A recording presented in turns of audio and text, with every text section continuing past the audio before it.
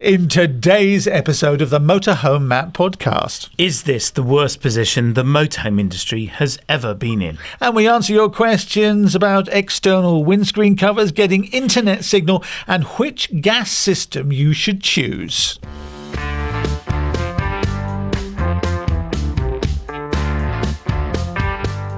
Welcome to the Motorhome Map podcast. I'm Keith Gooden. And I'm Motorhome Matt. Industry insights and expert advice for the world of motorhomes, caravans and campervans. And it's brought to you by thatleisureshop.com and sponsored by Ripe. Remember to follow on your favourite podcast app, or if you're watching on YouTube, click subscribe and the little bell.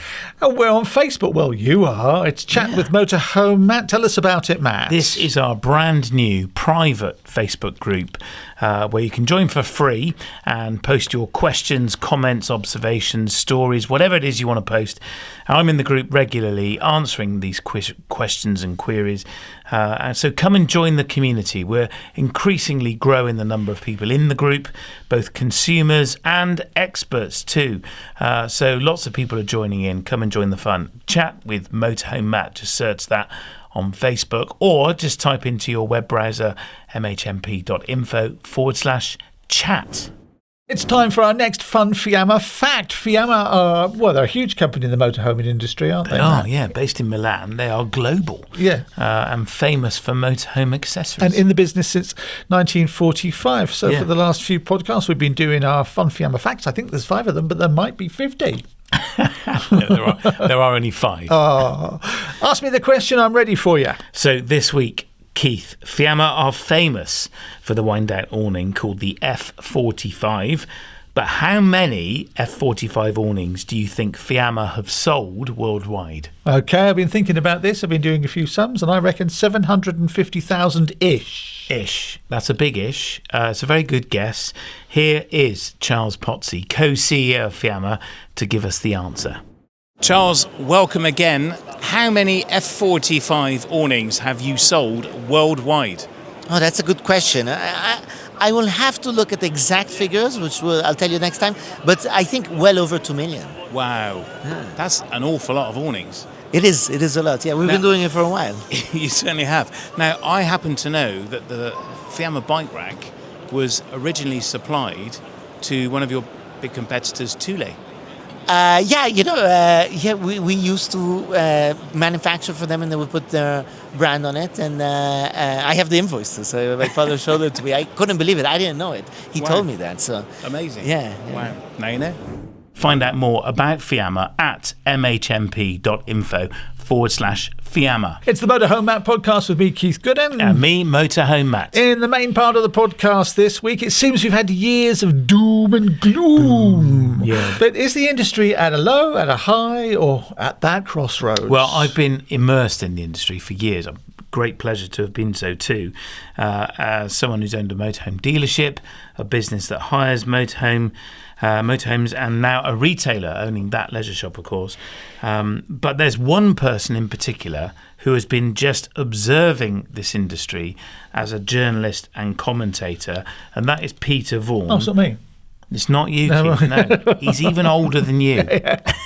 Peter Vaughan. Peter is a journalist at Out and About Live, the Motorhome Campervan YouTube channel, and I had the great honour of welcoming Peter into the studio to discuss exactly this. We are very happy to welcome Peter Vaughan, motorhome royalty, into the Motorhome Map podcast studio. How are you? I'm good, thank you. Good. It's great to have you here. We've been talking for a long time about us getting together and kind of chewing the cud. We have got together at the shows and done various videos on second-hand motorhomes, pop tops that you love so much. And they've been great fun, haven't they? People have loved it. Fun, yeah. So I want to talk to you today, just for the next 20 minutes or so, about some of your experiences across the last... Well, you've been doing this 45 years, man and boy. Yeah, started at 14 doing the buyer's guide for MMM. So everyone is now working out how old you are. I wonder if anyone is still alive that read that piece. Oh. So at 14 years old, you wrote the buyer's guide. I did. For MMM. That's amazing. Yeah. I was planning to write a book which never got written on the history of motorhomes. Oh, okay. And I met the founder editor of MMM, John Hunt, the late John Hunt. And while I was down there doing some research at his house, going back through old magazines, he said, "You wouldn't like to do the buyer's guide for us, would you? I haven't got anybody to do it." And he said, "I won't publish it unless what you do is any good." So I sent him in a draft of the buyer's guide. Very reassuring words from any editor. And he said, "That's great, I'll pay you £30 a month," which I thought was £1 million as a 14-year-old. I thought I'd hit the big time. Well, back in 1981, it nearly was. Yeah. So you've been doing this then for 45 years. You've seen a lot of change. Quite a bit in our industry. Yeah. In fact, when you started, Swift and Eldis must have just been... They weren't in the market. They were caravan manufacturers. You see, I've grown up with just Swift and Eldis. Have always been there. Yeah, no, they were. We had Auto Sleepers. Yeah. Auto Trail in a small way, I think. Yeah. Richard Holdsworth was one of the big converters. Yeah.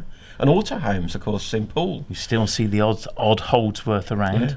Yeah. Fleetwood caravans, were they around? Caravans, but not in motorhomes. No, sure. Yeah, very true.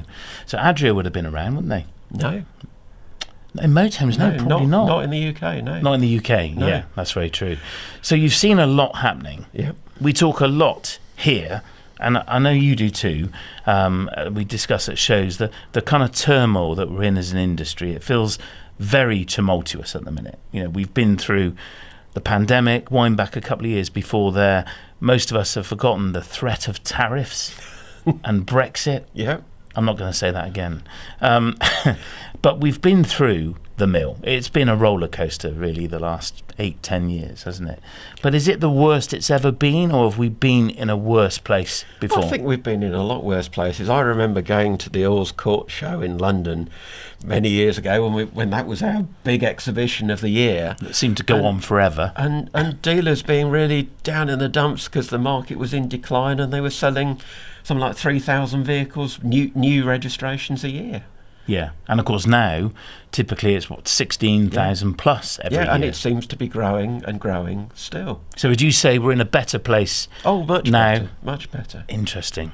And there's a lot more choice on the market. I mean, back in the early days, I remember Pilot and Hymer really were the only imported brands, and now you've got vast choice. Yeah, I mean, there's way more imported brands than there are UK homegrown brands, aren't there? Yeah. So do you think our industry's at a bit of a crossroads right now? And I've alluded to the C word, the pandemic. Yeah. We had this ridiculous demand. We then have suffered huge rising costs, which seem to have stabilised a little bit. Regulations on motorhoming seem to be tightening. Customer expectations, I think, are changing. Mm-hmm. Does this mean the industry is very different now to where it was 10 years ago? I think it's been in all my time in the industry, it's been constantly evolving. Yeah. I don't see that it's particularly changing any more rapidly now. We had the shock of the pandemic and the impact that had with vast demand and no supply because the manufacturers couldn't get components, couldn't get chassis, but that's all settled down. There's no worries about getting base vehicles now. There's been a bit of overstock, but that seems to be settling. And I think the market's getting into a good place. We're getting some exciting new product at slightly more realistic prices, or manufacturers are putting more spec in for the same money. I think the worry about diesel disappearing, that's not so much of a worry now that it's been confirmed that we can still have diesel motorhomes up until 2035 at least. Yes. But it's still there on the horizon, isn't it? It is, but it's far enough away that we don't have to worry about it too much. Is there a risk, though, that the boom and the growth in popularity of this pastime we both love, is that masked some underlying issues with build quality and you say supplies increased again? You know, it is now 3 to 5 months to get a motorhome, but people are still struggling with the final build quality with many manufacturers. It's a constant theme here. Have we kind of masked over that a little bit? I think build quality there's always been issues, but manufacturers go through difficult times, and they're hand-built products. I think the expectations have become higher because the prices have become higher, Yeah, and well, you've got yeah. a lot of new people into the market that are expecting, BMW or Mercedes build quality when Yes. these things are not built by a robot. That's a challenge, though, isn't it, for manufacturers? So Yeah. the customer now is often sat in a BMW dealership or a Tesla dealership, where they're getting exceptional levels, hopefully, normally, of customer service. And it's not always matched by our industry because dealers don't have the ability to give that level of aftercare. No, I think you've got to manage expectations that these are very, very different products. If you buy a brand new house, you have a snagging list, don't you? You don't expect it to be perfect first time out. No. Um, And that's interesting. I would never buy a brand new house. I have many friends that did, and I'm never putting myself through that. I would always rather have a used house. We have a very old house, as you know, Yeah. having spent the evening with me last night. But yeah, our house is almost falling down, and we love it. And I guess there's a sentiment there with buying a second-hand motorhome, isn't it? Someone else has rattled all the problems out of it. You talk about the audience changing and customer expectations changing. We do try and kid ourselves, I wonder, sometimes that the audience at shows are getting younger because we want to have this kind of new flow through of people coming through. Is it true? Are they getting younger? I think we've seen some younger people coming into the market, especially immediately post-COVID, particularly into the VW pop-top market, that sort of size of van that can easily replace a car, and you see a lot of those with young families. But you've also got the industry responding with vehicles that look a bit more dynamic, a bit more youthful. They're not just a white box on wheels. Rugged. I mean, if you think of things like the Swift Trekker, it looks very off-roady. The Heimer MLT. Yeah, and you've got Bailey's Endurance as well. They're vehicles that look younger, a bit more funky, a bit more adventurous. So is it the case that the audience is getting younger, or is the audience just getting funkier? I think a bit of each probably, but I think a lot of those buyers of those sort of vans are people that have perhaps a more youthful attitude to life. They're more likely to go skiing, rather than cruising. Yeah. I know, I understand. I hear what you're saying. But there is undoubtedly, though, there is a group of younger people coming into the market. The van life hashtag has become ever popular on Instagram, and there is a big trend, isn't there, that now it's very accepted that you can work remotely anywhere, and people are choosing to do that from a van and live in a van full time. That wasn't the case 45 years ago when you were 14 or 15. Did you aspire to live in a van? No, definitely not. No. But definitely aspired to having a van. But that's a trend that's fairly recent, isn't it? And become very acceptable. Yeah, and I think it's been driven by house prices, hasn't it? And the lack of those sort of 100% mortgages that people had and got themselves into trouble with, and it gives people an opportunity of living a different lifestyle without that millstone of a massive mortgage around. I think that's where it started. I think it's become a catalyst, though, where I was chatting to a friend of mine who was at work, and they said, "Where do you live?" He said, "I live in my van." This was 7 or 8 years ago. Oh, I'm sorry to hear that. And now the response would be, "Oh, wow, I'd love to do that." Yeah. And I think it has become very accepted. And I think it's become aspirational, actually, to engage in van life. And I meet loads of people, especially at shows, who are long into retirement, and they're moving into a van. This is not exclusive to a younger generation and demographic. I'm seeing people in retirement do it, and I think it's become a new trend, and as I say, very acceptable to live in a van. Yeah, it's a different lifestyle, isn't it? But how do manufacturers respond to that? Are they innovating enough, do you think? Yeah, I think, again, the mass manufacturers have to appeal to a mass audience, don't they? So if you've got very specific needs, then it's often the smaller converters that fulfill those needs. But and even the bigger manufacturers are fitting more lithium batteries, more solar panels, more compressor fridges, more diesel heating. So they're getting away from the idea that you go to a campsite and hook up to the mains electric. every night. Yeah. I want to talk about campsites with you another time, but I want to focus on values. I mentioned earlier how screen prices are rocketing, and they're kind of levelling out a little bit at the moment. Do you think they're going to soften, used values are going to soften a little bit more? I think it depends what you bought and when you bought it. Okay. So just tell us a bit more about that. If you bought in the sort of panic post-COVID where, I don't know, I'd go to dealers and they'd got hardly any stock, and they'd say, well, somebody walked in yesterday and paid £100,000 for that, never having a motorhome before, and they didn't really know what they were buying. Yeah. So if you bought at that sort of peak, maybe 3 years ago, then you might have a bit of pain if you want to sell it now. I see some of the very old, much older vehicles suffering a little bit because they're going to be impacted by low emission zones and clamping down on some of those more polluting vehicles, but they'll still have a value because there'll always be somebody that wants to get in at the bottom of the market. Affordable entry point, but I don't see any real issue with second-hand values because there's still such demand.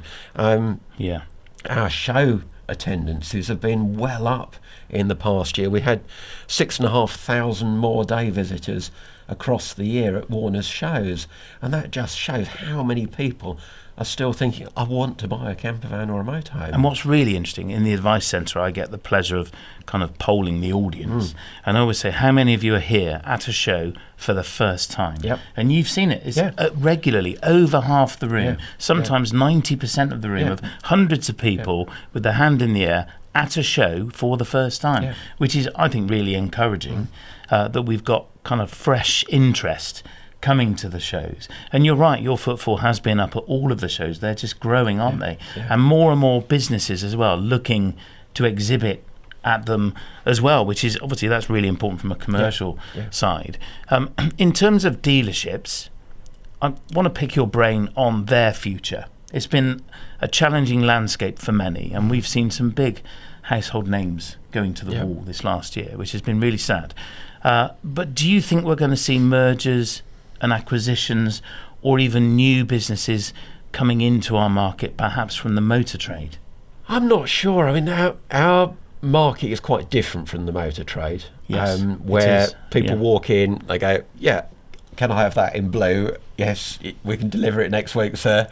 It's not like that in the motorhome market. People take a long time to decide, and then sometimes wait a year for the right vehicle to be delivered, having spec'd it to their specification, their colour scheme, their furniture colour. I mean, I have concerns that the motor trade are looking at us thinking, there's a great margin in that. We've seen this, haven't we, over the last 5-10 years, probably, motor dealers coming into the motorhome market, but they don't often understand how different it is. No. Those big margins are tempting, but it's a much longer sale. You have to have much more expert salespeople.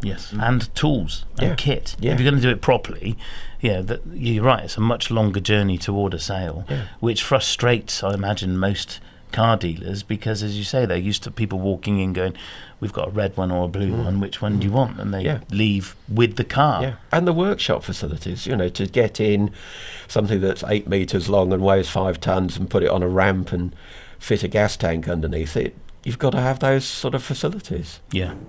So that's Peter Vaughan, the journalist at Out and About Live, and the expert's expert. I hope you don't mind me saying that, Matt. No, not at all. I have a huge respect for Peter, So are we on the up? I think we are. I think there's lots of changes to come still.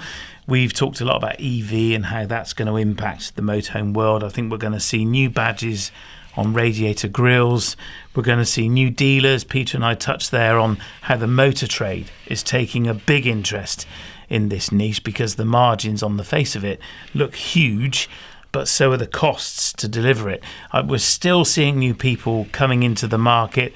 All the shows I've been to this year, it's a high percentage of people who are at a show for the first time or looking to get a camper van for the very first time. So I think it's a very exciting time to be in the motorhome industry, and I am still very upbeat about it.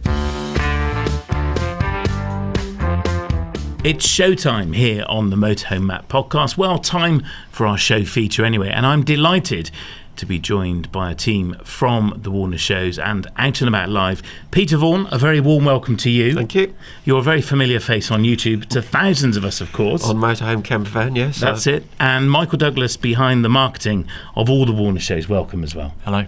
Now, Michael, you're a familiar voice on the podcast, but we're here today to talk about a brand new show to the Warner's portfolio.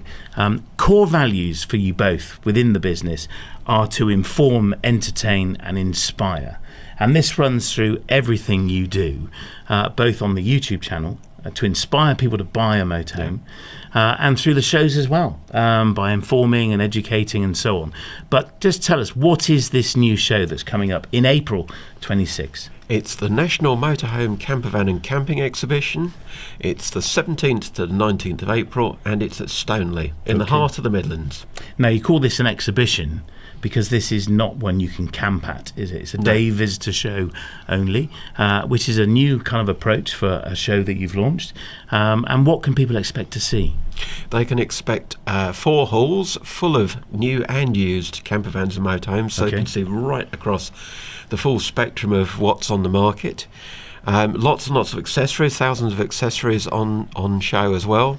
175 exhibitors and 350 plus new and used vans. So this is not a small show. This is going to be good. Plenty to see. Yeah. So Michael, what is it that makes your shows so different? As Peter mentioned, it's vehicle-wise, it's new and used, so you can compare both side by side. And it's all the extras that we do. So we have the Out and About Live Advice Centre. So there's free talks every day from yourself, Peter, and you compare them all, and then lots of other guest speakers. Yeah.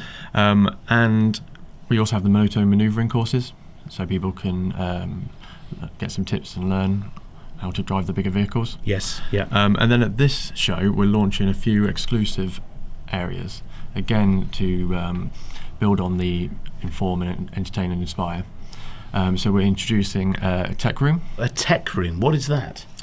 So there will be timed slots where you can go and learn about a specific category to do with technology and motorhomes. Okay. For example, Bluefix will be there talking about batteries, and this is an informal drop-in and ask you questions. So Okay. It's not a presentation. They'll bring some batteries for you to look at, or you're going to help people with Wi-Fi options. Yeah. And you can touch, feel them, ask any questions. Okay, so it's an opportunity for a one-to-one session Yes. with an expert on a particular topic, and it's a structured schedule Yes. and timetable. Yeah. Got it. Okay. All that information, of course, is due to come. We've got Van Life Eats there as well, doing cooking demos. Mark will be doing cooking demos from his van, and some in the advice centre as well. Yeah. Okay. And we've got B Frank there as well, I understand. Yeah, so they started at our Shepton show and Camp Friend Camp Out last year, and people love them. They talk about wellness, keeping healthy in your van, and about dementia prevention. Yes. And I believe they're helping you with your recovery. Hopefully so. Yes. So they are. So they're going to be there doing their talks. They're not doing their fitness classes that they do at the camping shows, but they're going to have a drop-in wellness advice table as well, so you can go and talk to them about anything to do with keeping healthy in your van. So will you be doing the fitness classes, Peter? I don't think that's really me. Why not? They're making me do it. I'm more likely to be at Van Life Eats, I think. I might be with you. No, I'm being made to do it. See, I need you there. I need moral support. Moral support, yeah. We need the oldies in the fitness class. Come on, join me. And as well as all of this, we've got AutoGuard there as well, talking about warranties. And we've got Campsite Finder, which is a brilliant feature on your website, which I've been looking at, and there are loads of campsites on it. And they're there as well, talking about how to find the perfect campsite. So how much is it to come for the day? It's £10 in advance, Yep. or £15 on the gate. Okay, now there is a discount code available. It's 20% off when you use the code MotorhomeMatt. I'll tell you how to find that again in a second, but just remind us again, where are we, Peter, and when? We're at Stoneleigh, 17th to the 19th of April. Brilliant. Head to mhmp.info/Warners for details of this brand new show and all the Warners shows, and we look forward to seeing you in Stoneleigh. It's the Motorhome Matt podcast with me, Keith Gooden. And me, Motorhome Matt. It's brought to you with atleisureshop.com and sponsored by Ripe. Get 15% off your premium with Ripe. The discount automatically applies when you click the link in this episode description. It's the Q&A, the questions and answers. You ask the questions. He, Motorhome Matt, gives you the answer. If he doesn't know, he'll ask somebody who does. First of all, we've got Faye Whitaker, who calls us from Essex. Hi Matt and Keith, my name's Faye, I'm from Essex. Last year we purchased a Roller Team T-Line 700. This is our very first motorhome and we're loving the adventures we're doing. My question is, can you recommend or would you recommend an external windscreen cover to stop condensation on the inside of our motorhome? We have internal blinds that pull up, but it's a bit of a pain every time we want to leave site. We shut down all the blinds and there's condensation in the windows. So is there anything you could recommend for us to use, or if anything works, doesn't work? What do you guys use? Thank you. Cheers, Faye. Much appreciated. Thanks for the question. So, Matt, what's the answer? Yeah, an external silver windscreen cover is absolutely the answer. You'll be amazed how it minimises. It doesn't totally eliminate, but it does minimise the condensation on the inside the windscreen, which is often described as wetter than an otter's pocket. We use one from, I think ours is made by Maypole. But Hinderman are another brand. You can also Google Polar or Rainbow. There are lots of brands out there that make them. The important thing is to get either a Fiat Ducato or Ford Transit. You didn't say which it was. And that Roller Team is available on both chassis. So make sure you buy one that's designed for the Fiat Ducato or the Ford Transit for the right year of your model motorhome. So that's for an external windscreen cover. Yes. Does it? I mean, if you just covered it internally, does that not stop the condensation? No, it doesn't. It helps, but an external one really does keep the windscreen warmer, which stops it condensating, and it also stops drafts as well. Yeah, because it's your hot breath, isn't it? Yeah, we're generating on the cold glass. Yes, that's right. And we generate lots of water and into the air, the humidity of us sleeping, and it is an incredible amount. So yeah, they are definitely worth investing in. Not expensive and a must-have. Cheers, Faye. Dave Williams is in Preston. Hi, Matt. It's Dave here from Preston. Thoroughly enjoying the podcast. Great work, both of you. I'm just inquiring about the 4G pathway. Did you go back to the NEC to see if you could get a signal? We're going to Europe for a couple of months over the summer, and I'm interested in getting one so I can make sure I've got Wi-Fi. I'd be interested in your comments. Thank you. So that's Dave Preston. Dave Williams in Preston. It's not Dave Preston in Williams. And he's referring to Colin in Harrow, who's the man whose lifetime ambition seems to try and catch you out. Hello, Colin. Hello, Colin. And about getting the pathway signal at the NEC. But did he say he couldn't get it or something? So he was on a CL not far from the NEC, and he had no phone network, and he was wondering if the pathway would work there. Yeah. So I took his challenge and said, I'm going to go there and with a pathway and see if I can get a network. I'm afraid to say, Dave, that I didn't get a chance to go to the CL. I let Colin down. No. But I can tell you that we were staying up the road from that CL and we had a really good network on a pathway. So whether there's a little black hole there, I don't know. I am still one day going to go there and test it. I can't remember the name of the CL, but we had really good network at the NEC all week. I have to say on the Saturday when there were, 25,000 people in the hall, our pathway did slow down a little bit. But you had 20-odd thousand people walking around with a 4G device in their pocket. Yeah, you're using a cellular network. And they've got buckets of bits. And, the more people there are using it, the smaller amount of that bucket of bits you get. So, of course, it's going to slow down, isn't it? So we did manage to keep using it. Yeah. And we're in this huge, what's called a Faraday cage, which is the metal box that is the NEC. Yeah. So at the Airbnb house that we stay at, it's not far from the CL. And I did have a pathway there, and it did get a network. A couple of questions for you. Yeah. What's a CL? certified location. It's a campsite, part of the caravan, a motorhome club. 5 pitches is the maximum number of pitches that a CL can have. Means they don't have to have planning permission. Usually they just have fresh water and somewhere to dump your toilet, and often a beautiful view. Lovely. And what's a pathway? A Pathway 4G is our little internet router that we sell at that leisure shop, created by a business I own called Belmont Leisure, and we have sold thousands of them. You literally lick and stick it to the window or a wall, no drilling. Put any SIM card in it and it just works. And you can use it in hotels, can't you? I have. It doesn't have to be in a camper van. No, not at all. You can use it in a summer house. One of my colleagues, Darren, uses it at the bottom of his garden in his summer house where he's got an office and no internet, and he just has it stuck on the window there. And it's got 2 big sort of rabbit ears on it, which are Two the big aerials, and they Yeah. pull in that weak signal, don't they? They do, and they're really, really effective at pulling a signal from far away. And I've pulled a signal in for our internet use where there was no phone network at all on my mobile. So they have been a massive success, really, because you just plug it in, push the SIM card in. They work all over Europe, and they're just so easy to use. £229 is the retail price, and we are delighted that they're starting to crop up in camping shops all over the UK. Excellent. And YouTuber Cat Wandering Bird used one all over France with great success. Yeah, she did. We've Yeah. also had someone who's said it's worked through the Mont Blanc tunnel. I know. He literally, I'd met him at the Manchester show, and I said, well, how do you know it was working as you drove through the Mont Blanc tunnel? He said, because we were streaming internet radio. I thought, well, if it's going to stop working, the sound's going to go, isn't it? So, and that's the first thing to go as well, because Yeah. it uses a lot of bits. yeah, I was stunned, and so was he. So, yeah, people have had huge success with it all over Europe and further afield. So, team here, brilliant at supporting customers if they have a technical problem.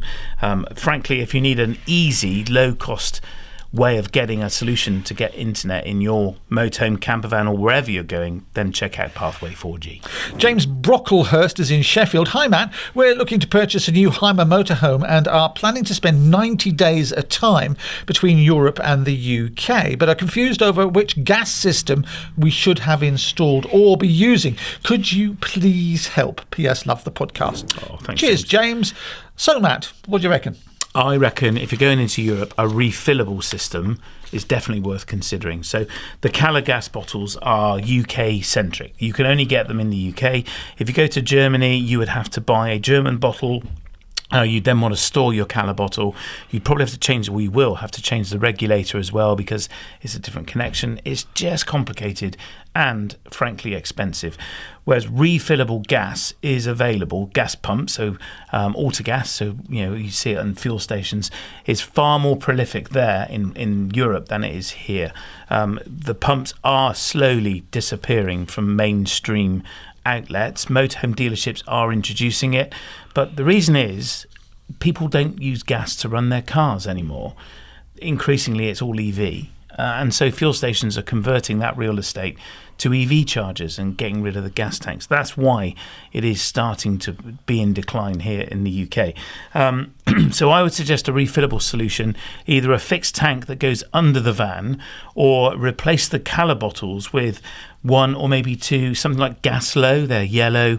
There are other brands too, and you fit a refill point to the outside of the van. Now this is a critical point about the refill point, because if you use a safe fill bottle, you have to take it out of the van and put it on the concrete and put the pump on it to refill it. That is not allowed in Belgium. I've actually been stopped in France doing this, and I've been stopped in the UK. In fact, the Morrison's garages were recently given a directive not to allow it to happen because there's an element of danger to it. So I'm no longer really using my safe fill bottle. If you want one, I've got one going cheap. You could buy one Gaslow bottle or you could buy two. It depends how long you're going for. A good compromise is one Cala bottle and one Gaslow and have it installed. And yes, you are going to outlay probably £500 or £1,000 to have this system fitted, but you are going to save a whole lot of hassle and money on the alternative, which is buying a gas bottle for every country you visit. There's loads of tech you don't need in a motorhome, but this is one I wouldn't skip. NordVPN. Well, that's high praise indeed from the motorhome nerd himself. I just like things that work. It protects your data on public Wi-Fi, blocks malware and scam sites with their Threat Protection Pro. And if you're touring abroad, you can still stream UK TV. So it's security and a little bit of comfort telly as well. Exactly, and it doesn't slow everything down or require any tinkering. It just gets on with it. OK, give us the link. Go to nordvpn.com/motorhome, where you can get 4 extra months free, plus a 30-day money-back guarantee. Done! One sensible bit of tech in a world full of other nonsense. So, Matt, how do people get in touch? We would love it if you did. I always say that if you've got the question, I guarantee there are hundreds of others with the same question. Just head to mhmp.info/askmatt, fill in the form and we'll read it for you, or click the orange button and record it. But please remember to tell us where in the world you are. And why not join us in our brand new private Facebook group. It's called Chat with Motorhome Matt.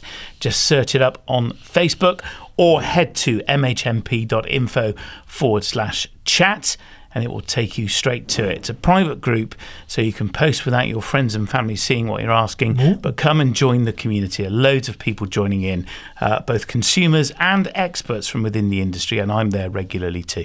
And if you're looking for trusted brands and services, then make sure you visit the Motorhome Matt approved directory. It's at mhmp.info/approved. And I always ask you to do this, but please, if you're listening, follow on your favourite podcast app, or if you're watching on YouTube, make sure you click subscribe and the little bell.